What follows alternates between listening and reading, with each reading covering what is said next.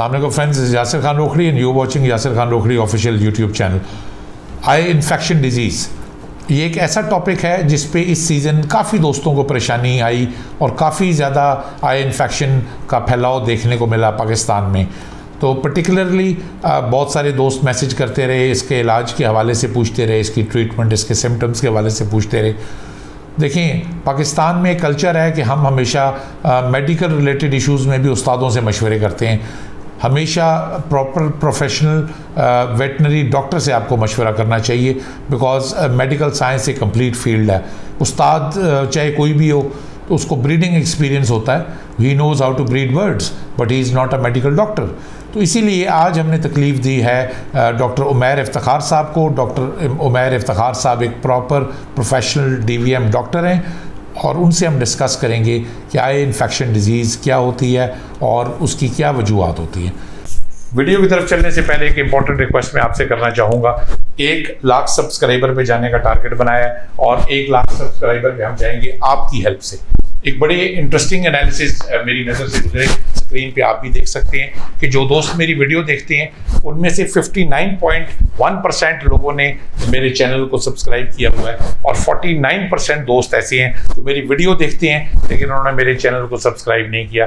तो आप तमाम दोस्तों से रिक्वेस्ट ये है कि हम बड़ी मेहनत से वीडियोज़ बनाते हैं और आपकी आसानी के लिए एफर्ट करते हैं, तो एटलीस्ट आप अप्रिसिएशन में आप हमें ये फेवर दें कि आप सब दोस्त मुझे हेल्प करें मेरे 1 लाख सब्सक्राइबर के टारगेट को अचीव करने में। सारे दोस्त सब्सक्राइब करें, अपने दोस्तों को कहें, अपनी फैमिलीज़ को कहें कि इस चैनल को सब्सक्राइब करें और 1 लाख सब्सक्राइबर का टारगेट अचीव करने में मेरी हेल्प करें। Thank you. डॉक्टर साहब, आई इन्फेक्शन डिजीज़ हमारे दोस्तों को बताएं क्या होती है और उसकी क्या वजूहात होती है? सर, जो आई इन्फेक्शन डिजीज़ है, असल मेन पर्पज़ ये है कि इसका कोई ना कोई कॉज है जिसकी वजह से ये आती है। ठीक है, आपके शेड में सबसे ये है कि मेन जितने भी हमारे ब्रीडर हजरात हैं, इन्होंने क्या किया है कि जैसे भी कोई बर्ड ख़रीदने के लिए आता है, जैसे भी कोई बायोसिक्योरिटी मेंटेन नहीं रखते, आया है, उनसे ये नहीं है वो किसी शेड से आ रहा है, कहाँ से आ रहा है, इन्फेक्टेड शेड से आ रहा है, वो आएगा उसको सीधा अपने शेड में ले जाएंगे। बिल्कुल सही। उसमें यह है कि ना कोई ग्लव्स ना कोई कुछ भी नहीं यूज़ करेंगे। जब आप देखें इतने एक्सपेंसिव बर्ड्स हैं आपके, ठीक है, अब कोई बायोसिक्योरिटी मेंटेन है, वो आएगा, अगर वो इन्फेक्टेड है, उसका अपना शेड इन्फेक्टेड है, वो आएगा आपकी शेड में, तो नो डाउट है कि आपके शेड के अंदर भी इन्फेक्शन कॉज होना स्टार्ट हो जाएगी। तो उसमें ये है कि जब इन्फेक्शन आएगी तो आगे से नंबर ऑफ मल्टीपल, पहले आपका एक बर्ड होगा, फिर सेकंड होगा, फिर थर्ड होगा, फिर आगे मल्टीपल केसेस आपको शो होना स्टार्ट हो जाएंगे उसमें। अच्छा डॉक्टर साहब, एक सवाल मैं आपसे करना चाहूँगा कि ये ज़्यादातर रेड आई बर्ड्स में ही क्यों देखने को मिलता है आई इन्फेक्शन का इशू? रेड आई बर्ड में इसलिए थे क्योंकि उनकी अगर आप इम्यूनिटी की बात की जाए, ब्लड लाइन की बात की जाए, वो ज़रा as compare to black eye bird से लो है। ठीक है, बिल्कुल सही, जिसकी वजह से ये उनमें ज़्यादा आता है, यानी कि they are more prone to disease, आप ये कहना चाह रहे हैं? बिल्कुल ऐसे ही है, बिल्कुल सर ऐसे ही है। अच्छा डॉक्टर साहब, ये बताइए कि जो आई इन्फेक्शन डिजीज़ है और कोराइज़ा, ये दोनों दो मुख्तलिफ चीज़ें हैं या एक ही चीज़ की डिफरेंट स्टेजेस है? सर है तो दोनों मुख्तलिफ हैं। इसमें ये है कि जो आई इन्फेक्शन है वो होता है फर्स्ट स्टेप, इनिशियल स्टेज हम उसे कहते हैं। अच्छा, इनिशियल स्टेज ये है कि अगर आप वहीं पर उसको कंट्रोल करना चाहें, इजीली कंट्रोलेबल है। ठीक है, उसमें ये है कि अगर आई इन्फेक्शन आती है, उसमें आप कहें कि जो आइज़ है उसमें से आप कह लें कि वाटरी डिस्चार्ज होगा, थर्ड आईलिड का प्रोलैप्स मीन्स झिल्ली बाहर आ जाएगी। ठीक है, लेकिन वही अगर आप उसको फिर भी ट्रीट नहीं करते, देन वो कन्वर्ट हो जाती है कोराइज़ा में। ओके, देन वो कोराइज़ा के सिम्टम्स आपको शो होते हैं। चलें, आसान अल्फाज में एक नया फैंसियर, एक नया बंदा कौन से सिम्टम्स को देख के जज कर सकता है कि ये आई इन्फेक्शन स्टार्ट हो रहा है या ये डेवलप होके कोराइज़ा की तरफ जा रहा है? तो काइंडली आई इन्फेक्शन और कोराइज़ा दोनों के सिम्टम्स बता दें। जी सर, जो आई इन्फेक्शन है ये इनिशियल स्टेज होगी। इसमें ये है कि एक तो बर्ड की जो आई है उसमें से वाटरी डिस्चार्ज आएगा, पानी आएगा आंख से। ठीक है, ये पहला स्टेप है। और दूसरा ये है कि उसमें बर्ड आंख को बंद बहुत ज़्यादा करेगा, ब्लिंक बहुत ज़्यादा करेगा, मीन्स झपकेगा बहुत ज़्यादा आंख। उसके बाद जो थर्ड है वो अगर आप उसका भी ट्रीट नहीं करते तो थर्ड पे ये होगा कि थर्ड आईलेट मीन्स वही झिल्ली का बाहर आ जाएगी।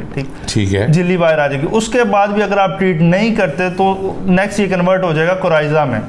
ठीक है, इन्फेक्शियस कोराइज़ा जिसे हम कहते हैं। कोराइज़ा में ये होगा कि यही आय होगी, इसके अंदर क्या होगा कि बर्ड है जो सा इस बात उसको ईचिंग होती है। ईचिंग होगी तो वो अपनी जो आय है इसको स्टिक के साथ रब करेगा, केज के साथ रब करेगा। ठीक है, उसमें एक वक्त आएगा उसमें इन्फेक्शन कॉज हो जाएगी। इन्फेक्शन कॉज होगी तो नो डाउट उसमें पस क्रिएट होना शुरू हो जाएगी। जब पस क्रिएट होना शुरू हो जाएगी वो उसको हमें कोराइजा कहेंगे, ठीक है। बिल्कुल सही। ये उसके सेकंड है पूरा। अच्छा डॉक्टर साहब, हम अब चलेंगे बड़े इंपॉर्टेंट क्वेश्चन की तरफ कि इसकी ट्रीटमेंट क्या है। आई इन्फेक्शन की ट्रीटमेंट अलहदा से बताइएगा और जो कोराइजा की ट्रीटमेंट है उसको अलहदा से आप एक्सप्लेन कीजिएगा। एक सिर्फ चीज़ मैं यहाँ पे ऐड करना चाहूँगा कि हमारी जो एग्रीकल्चर में उस्ताद हैं उनको बड़ा शौक़ है, वो टोबराडेक्स बड़ा रिकमेंड करते हैं, और टोबराडेक्स का इस्तेमाल के जो मेरा एक्सपीरियंस रहा है कि मैंने तो हमेशा मर्ज़ को बढ़ते हुए देखा है, टोबराडेक्स डालने से कभी ठीक नहीं हुआ। तो बड़े बड़े नामी उस्ताद आपको रिकमेंड करेंगे जी टोबराडेक्स यूज़ करें।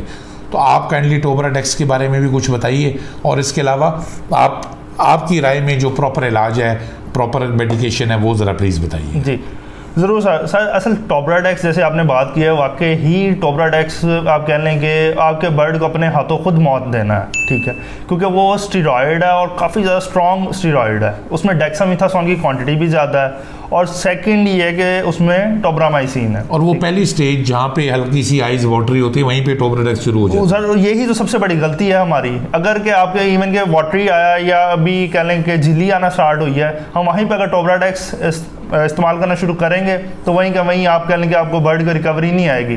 देखिए जब टोबराडेक्स आप यूज़ करेंगे तो बर्ड की इम्यूनिटी ज़ीरो हो जाएगी, ठीक है, जब स्टीरॉयड यूज़ करते हैं, जब इम्यूनिटी ज़ीरो हो जाएगी उसमें कोई क़ुव्वत मुदाफ़त जिसे कहते हैं इम्यूनिटी वो नहीं रहेगी कि वो बर्ड अपने जो डिजीज़ है उसके अगेंस्ट लड़ सके।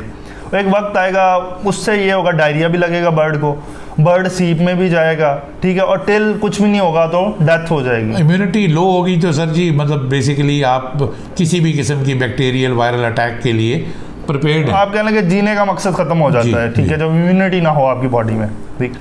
तो उससे है कि खुदारा कभी भी टोबराडेक्स और ऐसे स्टीरॉइड्स ना यूज़ करें। इवन कि मैं तो बेटनीसोल को भी रिकमेंड नहीं करता, ये भी बहुत ज़्यादा वाइडली यूज़ की जाने वाली दवाई। बिल्कुल सर, असल ये है कि आई डोंट नो कि इन्होंने कहाँ से लिया ये नाम ये उस्तादों से, तो उसकी वजह से ये लोगों को फेस करना पड़ा, और नंबर ऑफ़ केसेस मैंने इस दफ़ा देखे हैं इस वजह से आई इन्फेक्शन से, और डेथ रेट भी कम से कम को 95% रहा है इसका। अच्छा, इस सीज़न में पर्टिकुलरली आई इन्फेक्शन बहुत ज़्यादा फैली, जी जी, क्या इसकी वजह इस दफ़ा बारिशें ज़्यादा हुई, हाई ह्यूमिडिटी तो नहीं है? नहीं सर, हाई ह्यूमिडिटी नहीं है। असल प्रॉब्लम ये है कि जितने भी आप, सबसे बड़ा प्रॉब्लम ये आता है हमारे यहाँ कि एक तो हम करते हैं टोटली क्लोज शेड।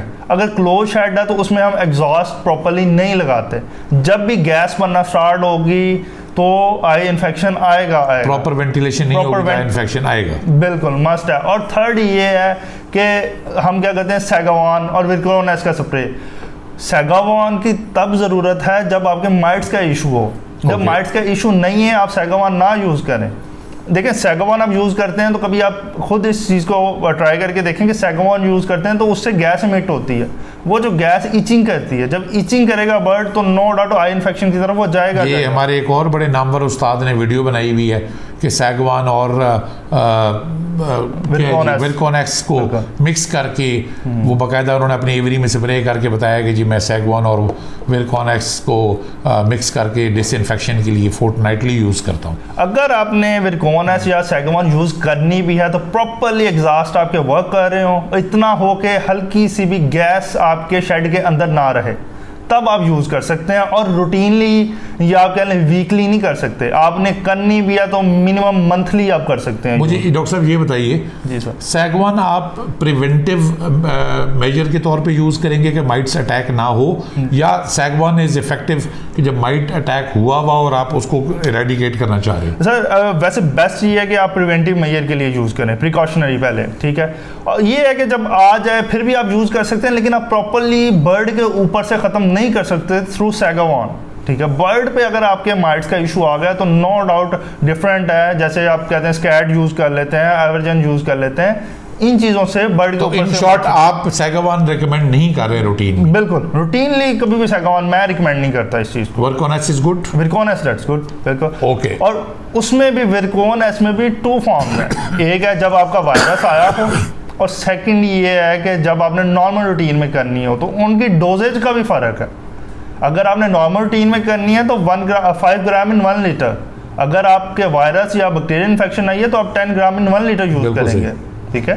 नॉर्मली ये भी कहा जाता है जी अगर आप पिंजरों पे ट्रेस पे कर रहे हैं तो 10 ग्राम्स आप करें, और अगर आप डायरेक्ट बर्ड पे अप्लाई कर रहे हैं स्प्रे तो 5 ग्राम्स करें। बिल्कुल। चलते हैं अपनी मेन टॉपिक की तरफ। मेन टॉपिक हमारा ये है कि आई इन्फेक्शन डिजीज़ और कोराइजा डिजीज़ की क्या ट्रीटमेंट है, कौन सी मेडिकेशंस हैं और उनकी डोजेज क्या है। जी डॉक्टर साहब। सर जो सबसे पहले स्टार्ट आता है आपका मीन्स वाटरी डिस्चार्ज आता है, और साथ आप कह लें कि या आ जाती है झिल्ली बाहर आ जाना, थर्ड आईलिड का प्रोलैप्स हो जाता है, ठीक है। उसमें सिंपल आपने कुछ नहीं करना, कोई ज़्यादा मेडिसिन नहीं है। आपने सिंपल क्या करना है, मेथाक्लोर के आई ड्रॉप्स लेने हैं, आपने वो यूज़ करने हैं, और साथ आपने क्या करना है कि इसको स्पोर्टिव ट्रीटमेंट के लिए आप लेविजॉन या जेटीपार स्टार्ट करेंगे, ठीक है। और साथ आप वाइडलिन एल यूज़ कर सकते हैं, ठीक। और एंटीबायोटिक की एज सच आपको वहाँ पे कोई भी देने की ज़रूरत नहीं है जब आपका झिल्ली बाहर आई हो और आई से पानी आ रहा हो। अब आप कहेंगे कि इसकी डोज रेट क्या है। डोज रेट क्या है, जब मेथाक्लोर आपने लेना है तो आपने दिन में एक दफ़ा एक कतरा एक आंख में डालना है बर्ड की, ठीक है। दूसरा ये है कि जो जेटीपार और वाइडलिन एल है, जेटीपार के लिए आप करेंगे 4 ml जेटीपार इन 1 लीटर वाटर एंड वाइडलिन 4 ml इन 1 लीटर। वो जो वाटर होगा वो कम से कम आपने 10 to 15 डेज़ के लिए बर्ड को देना है, ताकि बर्ड आपका वीक ना हो, उसे डायरिया ना लगे और बर्ड आपका स्ट्रेस में ना जाए, ठीक। डॉक्टर साहब ये बताइए कि अगर लेट से आपने ट्रीटमेंट शुरू किया और 2 से 3 दिन में बर्ड आपका रिकवर कर गया, फिर भी आपने 15 दिन कंटिन्यू करना है? सर नहीं, जो मेथाक्लोर है वो आपने 3 to 5 डेज देना है। ओके। जो वाइडलिन और जेटीपार है वो आपने कंटिन्यूसली आपने देना है, ठीक है। उसमें कोई ब्रेक नहीं आप देंगे। अब फाइनल स्टेज आ जाती है कोराइजा। कोराइजा में ये है कि सबसे पहले जब आपने देखा है कि पस आना स्टार्ट हो गई है तो सबसे पहले ये कि आप आई को फ्लश करेंगे, ठीक है। आई को फ्लश करने के मीन्स ये है कि आँख को सफाई करनी है आपने क्या करना है कि नॉर्मल सलाइन लेके आँख की सफाई करनी है, कॉटन बड के साथ कर लें या टिशू के साथ कर लें। जितनी भी वो पस है आपने बड़े प्यार से उसको आँख से निकालना है। जब आप वो निकालेंगे, निकालने के बाद आपने उसको मेथाक्लोर यूज़ करना है, साथ आपने पानी में 2 एंटीबायोटिक्स यूज़ करने हैं, देन जेटीपार और लेविजॉन सेम डोज के साथ आपने यूज़ करना है। अब यहाँ पे जो आपने एंटीबायोटिक्स यूज़ करने हैं, जो बेस्ट आप कहते हैं कोराइजा के लिए है रिथ्रोमाइसिन प्लस आप कह लें कि ऑक्सीटेट्रासाइक्लिन है, ठीक। आपने लेकिन क्या करना है कि हमारे पास सेम ब्रांड आप नहीं मिल सकते, तो आप क्या करेंगे कि टाइलोफर्सन ले लेंगे उसकी जगह पे, और साथ ऑक्सीटेट्रासाइक्लिन मिल जाता है, ठीक है। आप ये दोनों लेके पानी में मिक्स करके देंगे 7 डेज तक, और वो भी कॉन्टीन्यूसली आपने देना है। और इसमें आपने ये करना है कि जो डोजेज है, टाइलोफर्सन आपने देना है 1.5 ग्राम इन 1 लीटर, और जो आपने ऑक्सीटेट्रासाइक्लिन देना है वो 1 ग्राम इन 1 लीटर आपने देना। फिर रिपीट कर रहा हूँ, 1.5 ग्राम आपने देना है टाइलोफर्सन और 1 ग्राम आपने देना है ऑक्सीटेट्रासाइक्लिन, प्लस उसी पानी के अंदर आप लेविजॉन और जेटीपार भी यूज़ करेंगे। लेकिन आपने क्या करना है, जो एंटीबायोटिक्स हैं 7 डेज तक, उसके बाद आपने स्टॉप कर देने हैं, और आई ड्रॉप्स आपने मेथाक्लोर ही रखने हैं। बहुत ज़्यादा प्रॉब्लम आती है तो आप वेट के साथ कंसल्ट करें, वेट के साथ कंसल्ट करके अगर वो उसमें मेडिसिन की कोई चेंजेस हैं तो वेट से कंसल्ट करें, वो आप में से चेंजेस भी आ जाएंगी अगर रिकवरी फिर भी नहीं आ रही तो ये चीज़। और बस आपने ये करना है। और लेकिन जो जेटीपार और वाइडलिन है ये कॉन्टीन्यूसली 15 डेज इनको भी देना है। और बर्ड में इस कंडीशन में डायरिया भी लगता है, अगर आपके बर्ड को डायरिया लगा हुआ है तो उसमें आप साथ कॉक्सीक्योर ऐड करेंगे, लेकिन ओनली फॉर 3 डेज। कॉक्सीक्योर क्या करेगा, आपको सडन डायरिया रोक देगा। डॉक्टर साहब सॉरी टू कट यू है, एक नया बंदा है, नया फैंसियर है, बिल्कुल, उसको कैसे पता चलेगा कि बर्ड को डायरिया लग गया? थोड़ा कुछ सिम्टम्स बता दें। जो डायरिया लगेगा, अगर आप उसकी ड्रॉपिंग मीन्स उसकी जो बीट है उसको अगर देखें गौर से तो वो ऐसे होगा, उसमें पानी की कंटेंट बहुत ज़्यादा होगा, मीन्स के बिल्कुल पतला जैसे पानी होता है ऐसा होगा। सेकंड, उसमें ये होगा कि बर्ड आपका काफ़ी हद तक ढीला हो जाएगा, जिसे हम कहते हैं कि पर फुला के बैठ जाना, ये भी साइन शो करेगा। उसके बाद अगर आप बर्ड को पकड़ते हैं तो आपको उसकी कील बोन जो आप कहते हैं, जिसे हड्डी कहते हैं, जिसमें सीप में भी आप कहते हैं बर्ड चला गया, वो जो फ्रंट चेस्ट की सामने वाली बोन है, उसको हम कील बोन कहते हैं। अगर आप उसको देखें तो वो काफ़ी ज़्यादा प्रोमिनेंट हो जाएगी, ठीक है। तो इस चीज़ के लिए आपने फिर क्या करना है कि कॉक्सीक्योर यूज़ करना है, बेस्ट इसका ट्रीटमेंट है। कोई फ्लैजल, कोई एंटामिजोल आपने कुछ नहीं ऐसा देना, ठीक है। ये उस्तादों का है फ्लैजेलेंट अमजोल, ना कि डॉक्टर का। डॉक्टर इसके लिए बेस्ट कॉक्सिक्योर रिकमेंड करेगा। कॉक्सिक्योर आपने 1 ग्राम इन 1 लीटर देना है, तो विद इन 3 डेज के अंदर आपके बर्ड का डायरिया कंट्रोल हो जाएगा। Thank you doctor, thank you very much. आज बड़ा मज़ा आया कि टॉपिक हमारा आई इन्फेक्शन का था, लेकिन आपने इसी टॉपिक के अंदर मुख्तलिफ बीमारियां आपने कवर कर दी। जी जी बिल्कुल। So, देखें, ये एक एक्सपर्टीज़ होती है प्रोफेशनल डॉक्टर की, जो प्रॉपर एजुकेटेड डॉक्टर हो, जिसको मेडिकल साइंस की प्रॉपर मालूमात हो, प्रॉपर उसने पढ़ाई की हो, ये फ़ायदा होता है। हमारे उस्ताद जो वीडियो बनाते रहे आई इन्फेक्शन के ऊपर, उनकी तो वीडियो शुरू यार के गुलाब और टोबरा डेक से होती है और उसी पे ख़त्म हो जाती है। तो उम्मीद है आपको आज की वीडियो अच्छी लगी होगी, और अगर आपको आज की वीडियो अच्छी लगी है तो कमेंट्स में ज़रूर अपनी राय का इजहार करें। किसी और बीमारी के हवाले से अगर आप वीडियो देखना चाहें तो आप अपने कमेंट्स में मेंशन करें। हम डॉक्टर साहब को रिक्वेस्ट करेंगे कि दोबारा एक सेशन हमारे साथ और करें, और हम बाकी टॉपिक्स भी इस तरह के जो हैं उनको डिस्कस करें। अस्सलाम वालेकुम।